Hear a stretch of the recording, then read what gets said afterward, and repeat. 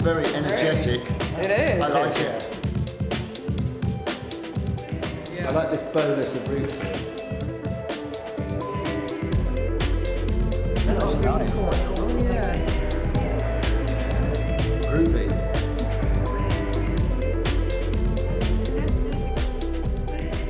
So now you're Chancellor here, you're a fully paid up member of the establishment, aren't you? Yes. How's that feel? I mean, I've never been one. The whole idea of being a rebel these days is devalued. I mean, when Jeremy Clarkson wears jeans, you know that the game is up. Well, he's not wearing that, though. No, but you know... All the glittery eyeshadow. Yeah, well, you know, I think that the way we dress, you know, it's like, I always think it's like doing your front garden. You do it for other people partly, you know, so they're walking past the street going, well, this world's a nicer world. So what are you going to do with the job? What's it all about? I suppose I'm an ambassador for sort of creative education, really, because, you know, our economy, we talk about the creative industries and Britain as a soft power, superpower.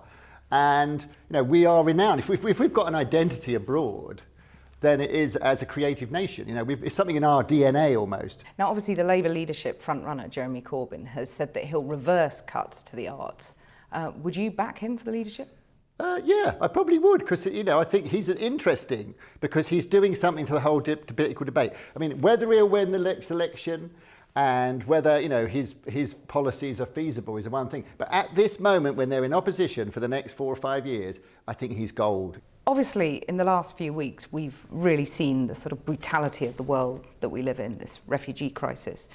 What is the role of the arts in that world? Oh, God.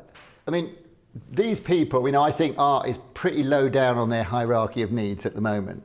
But, you know, so obviously migrants, refugees, what they need, you know, is shelter and food and all those things. But of course, they're also leaving behind their culture. And, you know, culture is very important because right from the Ice Age, you know, when people were living in very hard times, they still made culture.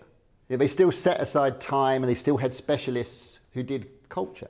And so I think it is a very important thing to remember that when we're fighting wars, part of the reason we're fighting is the freedom to express ourselves and the freedom for me to do things like this, you know, wear funny dresses.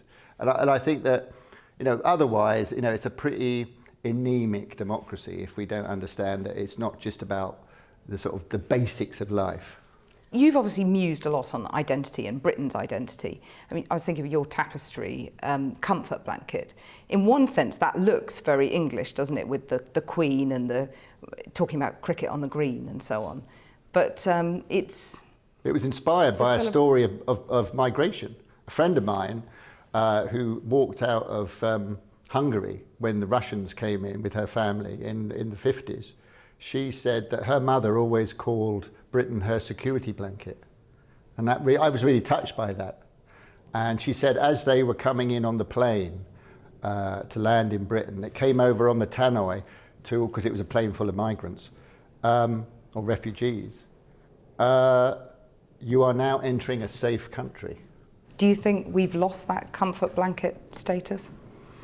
No, I don't think we have. That's why people are in Calais. That's why people are still aiming for Britain, whether it be from Eritrea or Syria. And I think we should be proud of that.